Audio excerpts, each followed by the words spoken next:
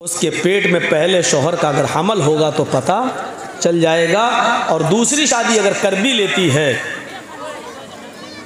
तो दूसरा शौहर 4 महीने 10 दिन के बाद तो जो बच्चा पैदा होगा वो दूसरे शौहर का माना जाएगा।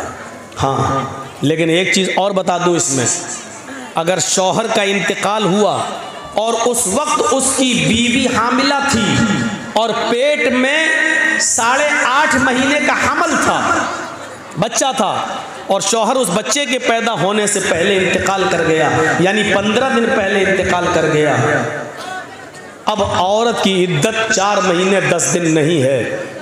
15 दिन के बाद जब ये बच्चा पैदा हो जाएगा, इस बच्चे की पैदाइश के होते ही उसकी इद्दत भी ख़त्म हो जाएगी। क्यों? इसलिए कि उसकी इद्दत अब करने की ज़रूरत नहीं है, वो बच्चा पैदा हो चुका है, और बच्चा पैदा हो जाने का मतलब ये है कि ये उसी मरे हुए बाप का बेटा है। अब वो औरत 15 दिन के बाद बच्चा पैदा करने के बाद इद्दत के दिनों से ख़त्म हो चुकी है, अब वो जहाँ शादी करना चाहे वो कर सकती है। अब इस औरत की इद्दत 4 महीने 10 दिन नहीं होगी। लेकिन अगर शौहर इंतकाल किया हुआ है और उस वक्त उसकी बीवी के पेट में बच्चा था, 1 महीने का हमल था, तो अब इस औरत की मुद्दत बढ़ जाएगी, इद्दत। अब ये पूरे 9 महीने तक, जब तक बच्चा पैदा नहीं हो जाता है तब तक वो इद्दत करेगी, यानी 8 महीने और बाकी रह गए हैं उस बच्चे के पैदा होने में, अब वो 8 महीने तक इद्दत करेगी। इद्दत का मतलब ये है कि वो 8 महीने तक, जब तक बच्चा पैदा ना हो जाए तब तक वो दूसरी शादी नहीं करेगी। यहां से आप अंदाजा लगा सकते हैं कि बच्चे को नाजायज बाप का लक़ब ना मिले या वो नाजायज बच्चा ना कहलाए, इससे बचाने के लिए अल्लाह के रसूल ने कितनी बाउंड्रीज लगाई हैं और कितनी दीवारें खड़ी कर दी हैं, इससे आप अंदाजा लगा सकते हैं। इन पाबंदियों पर अमल करते हुए क्या कोई नाजायज बच्चा पैदा हो सकता है? हमने तलाक भी नहीं दी, एक मसला और सुन लीजिए, हमने तलाक भी नहीं दी और औरत हमारी बीवी रहना भी नहीं चाहती है। आदमी तलाक नहीं देना चाहता है, बीवी रहना नहीं चाहती है, ऐसी सूरत में औरत को खुला का इख्तियार है। खुला का वो 5-10 आदमी अपने समाज के बिठाएगी और ये कहेगी कि मैं इसके साथ नहीं रहना चाहती हूं। अगर वो नाजायज तरीके से शौहर पर दबाव बना रही है, कोई परेशानी नहीं है, लेकिन बस वो नहीं रहना चाहती है, इसके बावजूद भी वो खुला ले सकती है, लेकिन वो औरत गुनाहगार होगी। मसला याद रखिएगा, अगर आप तलाक नहीं दे रहे हैं, आप कह रहे हैं मेरी परेशानी बताओ, लेकिन उसको रहना ही नहीं है, वो आपकी परेशानी नहीं बता पा रही है, लेकिन उसको रहना भी नहीं है, ऐसी सूरत में आप उसको तलाक नहीं दे रहे हैं, इसके बावजूद वो खुला ले सकती है, लेकिन वो गुनाहगार होगी, वो अज़ाबे इलाही की मुस्तहिक होगी, वो अज़ाबे जहन्नम की हकदार होगी, लेकिन खुला फिर भी ले सकती है। और खुले का मतलब ये है कि वो समाज के 5-10 आदमियों को बिठा के ये कहेगी मैं अपने इस आदमी के साथ आज के बाद रहना बंद कर रही हूँ, मैं नहीं रहूँगी, मैं खुला ले रही हूँ, आज के बाद मेरा और मेरे शौहर से कोई ताल्लुक़ नहीं है। वो समाज के 5-10 आदमियों के बीच में ये बात कह देगी और इसको खुला मान लिया जाएगा। ऐसी सूरत में भी औरत को 1 पीरियड इद्दत गुजारना पड़ेगी।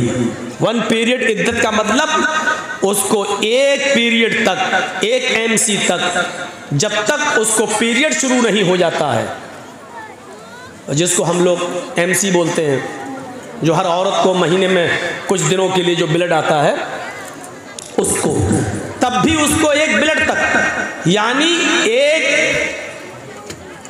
पीरियड तक उसको रुकना पड़ेगा। वो दूसरा निकाह नहीं कर सकती है, दूसरे से शादी, क्योंकि अक्सर औरतें खुला जो लेती हैं, हम तलाक नहीं दे रहे हैं और उसको हमारे साथ रहना ही नहीं है, उसका चक्कर दूसरी जगह चल रहा है, वो उसके बिना रह नहीं पाएगी। तो ऐसी औरतें आदमी में बहुत सी बुराइयां निकाल कर किसी तरीके से तलाक देने पर मजबूर करती हैं, लेकिन आदमी तलाक देने के लिए तैयार नहीं होता है, तो वो कहती है हम रहेंगे नहीं, खुला ले लेती हैं। खुला फिर भी ले सकती है वो औरत, लेकिन गुनाहगार होगी। लेकिन खुला लेते वक्त भी उसको 1 पीरियड का, 1 पीरियड का, एक MC का इंतज़ार करना पड़ेगा। जैसे ही उसको MC होगी, पीरियड शुरू होगा, पीरियड ख़त्म होने के बाद फिर वो शादी कर सकती है। अगर गलत तरीके से खुला लिया है तो अज़ाब इलाही की मुस्तहिक़ होगी, और जायज़ तरीके से खुला लिया है तो वो सवाब की मुस्तहिक़ होगी, क्योंकि शौहर शराबी है, नहीं रहना चाहती है, शौहर जुआरी है, नहीं रहना चाहती है, उसने बहुत समझाया, नहीं मानता है, कुछ कमाता नहीं है, बीवी को खर्चा नहीं देता है, बच्चों का ख्याल नहीं रखता है, समझा समझा के परेशान हो गए हैं सब लोग, समाज और सोसाइटी सब परेशान हो गई है। ऐसी सूरत में अगर वो खुला ले रही है और आदमी तलाक नहीं दे रहा है तो इस औरत का खुला नाजायज़ नहीं माना जाएगा, बल्कि जायज़ माना जाएगा। यहाँ तक कि अगर किसी का शौहर बेनमाजी है, खूब खिलाता है, खूब पिलाता है, हर चीज़ का ख्याल रखता है अपनी बीवी का, लेकिन शौहर बेनमाजी है, बीवी कह के थक गई नमाज पढ़ो, लेकिन शौहर नमाज नहीं पढ़ता, ऐसी सूरत में भी उसकी बीवी खुला ले सकती है, क्योंकि बेनमाजी शौहर के साथ नमाज पढ़ने वाली औरत का रहना जायज़ नहीं है। बहुत खुल के मैंने कह दिया है, नमाज पढ़ने वाली औरत, 5 वक्ता नमाजी औरत का बेनमाजी आदमी के साथ रहना जायज़ नहीं है। उसको चाहिए कि वो समझाए, समझाने पर भी ना माने तो कुछ दिनों के लिए अपने शौहर को छोड़ दे, इस पर भी ना माने तो उससे तलाक का मुतालबा करे, तलाक न दे तब वो 4, 10, 5, 10 आदमियों को बिठाकर खुला ले सकती है। बल्कि अब्दुल्ला इब्न बास का तो फतवा ये है, शेख सालेह अल उसैमीन का फतवा तो ये है, उसको तलाक की भी ज़रूरत नहीं है, इसलिए कि बेनमाजी मुसलमान है ही नहीं, और किसी मोमिना औरत को किसी काफिर आदमी के साथ रहना जायज़ ही नहीं है, लिहाजा वो निकाह ऑटोमेटिक टूट जाएगा, ख़त्म हो जाएगा, और औरत इद्दत गुजार कर दूसरा निकाह कर सकती है, तलाक की भी ज़रूरत नहीं है। शेख सालेह अल उसैमीन का फतवा तो यहाँ तक है। ये बात एक तमहीदी तौर पर थोड़ी सी लंबी बात हो गई है, लेकिन जहन में आपके बैठ गई होगी। बेनमाजियों को बड़ा बुरा लगता है कि मौलाना साहब ऐसा बोल रहे हैं, आपका हम घर जाएंगे तो हमारी औरतें कल से दबाव में डालने लगे। डालना चाहिए, औरतों को डालना चाहिए। सुन लीजिए, नमाज अगर हमारे मुआशरे और सोसाइटी से निकाल ली जाए तो फिर हम बराबर हैं, हम में और काफिरों में कोई फर्क नहीं रह गया है। नमाज किसी भी हाल में माफ नहीं है। बराबर सुनते होंगे, अगर आपको मोब लिंचिंग करते वक्त 10 आदमी पकड़ लें, 20 आदमी पकड़ लें, आपको पकड़ के बांध दें, आपको किसी खंबे से किसी कुर्सी से बांध दें, और ऐसे मौके पर अजान की आवाज आ रही है, अल्लाहु अकबर अल्लाहु अकबर, आप दुश्मनों के बीच में घिरे हुए हैं, 40-50 आदमी आपको घेरे हुए हैं, अजान की आवाज आ रही है, आपको ऐसी कंडीशन में भी नमाज पढ़ना पड़ेगी। सोच रहे हैं आप, ऐसी कंडीशन में नमाज कैसे पढ़ेंगे? आपके हाथ पैर बंधे हुए हैं, कोड़ों पे कोड़े मारे जा रहे हैं, लाठी डंडे बरसाए जा रहे हैं, अजान की आवाज आ रही है, आप कैसे पढ़ेंगे नमाज? आप उनसे कहेंगे कि भाई मुझे वुजू के लिए पानी लाकर दे दो, मैं नमाज पढ़ूंगा। वो वुजू के लिए पानी नहीं देंगे। जो आदमी आपको इस्लाम दुश्मनी में मार रहा है वो आपको पानी लाकर दे देगा? जो आदमी आपके नमाजी होने की वजह से ही आपका मर्डर कर रहा है वो आपको पानी लाकर देगा? लेकिन आप पानी मांगेंगे, आप पानी मांगेंगे। भैया ये यहाँ से ज़रा मछलियाँ कम बेचो, आप लोग बहुत बेच चुकी हो। वो पानी नहीं देंगे। तब शरीयत ये कहती है कि उस सूरत में आप नीयत से वुज़ू करेंगे। नीयत से वुज़ू का मतलब दिल में इरादा करेंगे कि मैंने वुज़ू की नीयत की। आज थोड़े से 2-4 मसले मैं आपको समझा दूँ, उसके बाद तकरीर फिर आगे। दिल में नियत कर लीजिए मेरा वुज़ू। अब आप वहीं पर देखें किबला कहाँ है। अगर किबले की तरफ आपका चेहरा है तो ठीक, और नहीं है तो जिस तरफ भी आपका चेहरा है उसी तरफ आप नियत कर लीजिए कि अगर मेरा चेहरा क़िबले की तरफ होता तो मैं क़िबले की तरफ रुक करके नमाज़ पढ़ता, लेकिन मेरा चेहरा क़िबले की तरफ नहीं है। बहरहाल अल्लाह तो हर तरफ है, हर तरफ, हर जगह नहीं, तरफ जगह में फ़र्क है। हम अल्लाह को हर जगह नहीं मानते हैं और मानना भी नहीं चाहिए, ये कुफ्र है। अल्लाह हर जगह नहीं है, अल्लाह का इल्म हर जगह है। अल्लाह अपने वजूद के एतबार से हर जगह नहीं है, अल्लाह अपने इल्म के एतबार से हर जगह है। लेकिन जवाब क्या, अल्लाह कहाँ है? तुम मस्तवा अलल अर्श, अल्लाह अर्श पर है। अल्लाह स्टेज पे नहीं है, अल्लाह आपके घर में नहीं है। लोग बहुत सारे, अल्लाह तो हर जगह है, अल्लाह तो हर जगह है। नालियों के अंदर भी अल्लाह है, तुम्हारे बाथरूम में भी अल्लाह है? नहीं, अल्लाह अर्श पर है लेकिन उसका इल्म हर जगह है। वो नालियों में नहीं है लेकिन नालियों में कितने कीड़े हैं वो जानता है। समंदर में अल्लाह नहीं है लेकिन समंदर में कितनी मछलियां हैं ये अल्लाह को मालूम है, और कितनी मछलियों के पेट में अंडा है ये अल्लाह जानता है। अल्लाह इस दरख्त के ऊपर, पेड़ के ऊपर नहीं है लेकिन इस पेड़ पर कितने पत्ते हैं ये अल्लाह जानता है। अल्लाह माँ के पेट के अंदर नहीं है लेकिन माँ के पेट के अंदर लड़का है या लड़की अल्लाह जानता है। तो अल्लाह का इल्म हर जगह है, अल्लाह हर जगह नहीं है। ये अकीदा याद रखिएगा। गांधी जी के 3 बंदरों, उतरो, चलो जाओ, या सामने बैठ के बताइए, पता लगाओ तो ये दिन में पैदा हुए थे कि रात में पैदा हुए?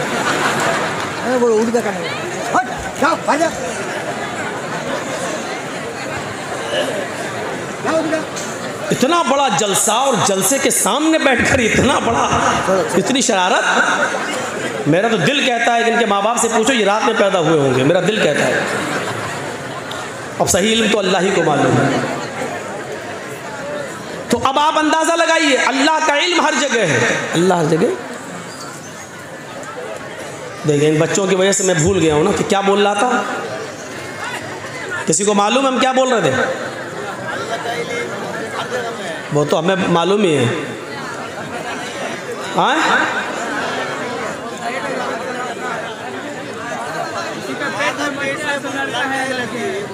ये तो हम कहाँ से हम आगे निकले थे ये बताइए।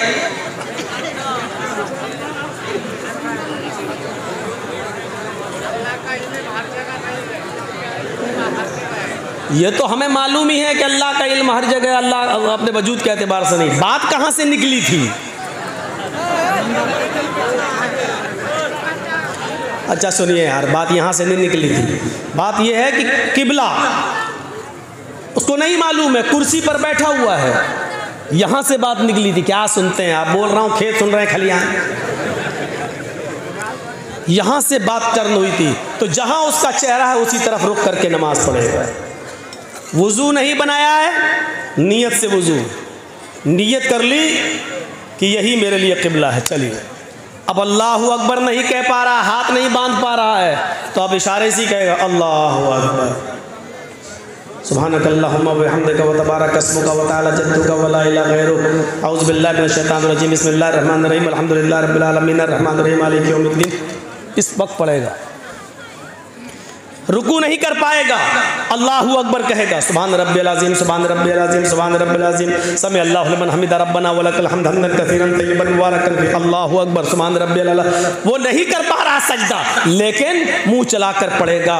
लेकिन पढ़ना इस हाल में भी है। अब आप अंदाज़ा लगा सकते हैं, 50 आदमी घेरे हैं, मार रहे हैं, लाठी डंडे और अजान का वक्त है, आपको नमाज इस वक्त भी पढ़ना पड़ेगी। अब आइडिया लगाइए कि हम कितने % मुसलमान हैं। वुज़ू नहीं बनाने दिया जा रहा है, लेकिन दिल से नियत कर लीजिए वुज़ू की, लेकिन नमाज फिर भी पढ़ना है। मार पे मार पड़ रही है, इस मौके पर भी आपको नमाज पढ़ना है। जब नमाज इस कंडीशन में माफ नहीं है मेरे प्यारे साथियों, मौलाना जर्जीस की तकरीर सुनकर 12 बजे और 1 बजे अपने बिस्तर पर जाकर फजर की नमाज में इसलिए नहीं उठ पाना कि रात में जलसे में हम देर से आए थे, इसलिए फजर में हमारी आंख नहीं खुली। उन लोगों के लिए फजर में सोते रहना कैसे जायज हो जाएगा? मौलवी जर्जीस का जलसा आपके ऊपर फजर की नमाज में सोते रहने की इजाजत आपको कैसे दे सकता है? सोचिए। जिनको होटल खोलना होती है वो फजर की नमाज से पहले होटल खोल लेते हैं, क्योंकि नमाज पढ़ने वाले बहुत से लोग बीड़ी की तरह नशेबाज होते हैं, उनको नमाज पढ़ते ही चाय चाहिए। अगर आपको अपनी जिम्मेदारी का एहसास हो जाए, आपको अपनी जिम्मेदारी का एहसास हो जाए तो यकीन मानिए कि आप सो नहीं सकते। आप अपने वक्त पर उठेंगे, आप अपने वक्त पर जागेंगे, लेकिन उसी में आपको दिल हमें हर वक्त लगाए रहना पड़ेगा। नमाज का हर वक्त नमाज में। जरा गौर कीजिए, एक आदमी भूखा था और उसी से किसी ने सवाल कर लिया कि 2 + 2 कितना होता है, 2 कितना होता है? उसने कह दिया 4 रोटी। यहां तो रोटी के बारे में पूछा नहीं गया, वो 4 माइक भी तो कह सकता था, वो 4 आदमी भी तो कह सकता था, वो 4 पेन 4 कॉपी कुछ भी कह सकता था, लेकिन चूंकि वो भूखा था, उसके दिमाग में रोटी और खाना ही उसके दिमाग पर चढ़ा हुआ था। उससे तो सिर्फ ये पूछा गया कि 2 कितना होता है, उसने कह दिया 4 रोटी। क्यों? क्योंकि उसके जहन में खाना चढ़ा हुआ था, उसकी जबान से रोटी निकल गया, 4 रोटी। मेरे भाइयों, ये रोटी का लफ्ज निकलना ये बता रहा है कि आदमी कितना भूखा है। अगर आपके ऊपर नमाज सवार हो जाए, आपके जहनों पर नमाज सवार हो जाए और आप उठे बैठे लेटे सोए जागे खाए पिए, वक्त दुकान जाएं, कारोबार करें, फैक्ट्री जाएं, ऑफिस जाएं, दुकान जाएं, लेकिन नमाज आपके जहन पर चढ़ी रहे तो यकीन जानिए आपको हर वक्त नमाज का ख्याल लगा रहेगा। रात में कई मर्तबा आप उठेंगे तो अपनी घड़ी देखेंगे, मोबाइल में टाइम देखेंगे कि फजर का वक्त हुआ या नहीं हुआ है। आप अगर अपनी जिम्मेदारी संभालेंगे और समझेंगे तो। एक फकीर ने देखा कि हमारे मुल्क का बादशाह हुकूमत भी बड़ी अच्छी चलाता है और इसके बावजूद उसकी एक भी नमाज तर्क नहीं होती है और वो दीनी काम भी बहुत अच्छा करता है। उस बादशाह को फकीर उस बादशाह के पास गया और कहने लगा, बादशाह सलामत, आपकी अदालत में, आपके दरबार में शेर और बकरी एक ही जगह पानी कैसे पी लेती है, जबकि शेर बकरी को देखकर उस पर झपटता है। यानी बकरी रहेगी जहां शेर रहेगा वहां बकरी नहीं रह सकती है। लेकिन हम देखते हैं बादशाह ने कहा कि हम तो समझे नहीं तुम्हारी बात। आए फकीर मुझे समझाओ क्या बात है। फकीर ने बताया कि बादशाहों को नमाज और रोजे की फुर्सत कहाँ है, वो तो लोगों की शिकायतें और फरियादें सुनते हैं, वो तो बिजी रहते हैं, उनको इतना टाइम कहाँ रहता है कि वो नमाज पढ़ सकें, रोजा रख सकें। लेकिन आप वक्त पर नमाज भी पढ़ लेते हैं, लोगों की शिकायत भी सुनते हैं, हुकूमत भी और हुक्मरानी भी अच्छी तरीके से चलाते हैं और कर लेते हैं। अच्छा ये देखना चाहते हो मैं ये कैसे कर लेता हूँ? कहा कि सुनो, इस फकीर के हाथ में पानी का एक प्याला पकड़ाओ। तो पानी का प्याला पकड़ा दिया। फकीर ने पानी का प्याला पकड़ लिया। कहा जाओ मेरे इस पानी का प्याला लेकर मेरे शहर का एक चक्कर लगा कर आओ। उसने कहा इसमें कौन सी बड़ी बात है, मैं कटोरा लेके वैसे भी भीख मांगता फिरता हूँ, चक्कर लगा लेता हूँ पानी का प्याला लेकर। उसने कहा ऐसे नहीं, अपने 2 जल्लादों से कहा कि तलवार मियान से निकालो। जल्लादों ने मियान से तलवार निकाली, एक को इस फकीर के दाएं खड़ा कर दिया और एक जल्लाद को बाएं खड़ा कर दिया और कहा अब जाओ इस पानी का प्याला लेकर मेरे पूरी बस्ती का, मेरे पूरे शहर का दौरा करो और जल्लादों से कह दिया अगर इस पानी के प्याले में से एक भी पानी की बूंद अगर छटक कर ज़मीन पर गिर जाए तो इस फ़कीर का सर काट कर ज़रा मेरे पास ले आना, फिर मुझे ज़रूरत नहीं इस फ़कीर की, इसका सर तन से जुदा कर देना। फ़कीर की तो हवा टाइट हो गई। फिर पानी का प्याला लिया और चल रहा है, और ऐसे चल रहा है, और एक बूंद भी छलकने नहीं दे रहा है। जब वो पूरा शहर घूम कर आया तो अल्लाह की कसम पसीना पसीना था उसका।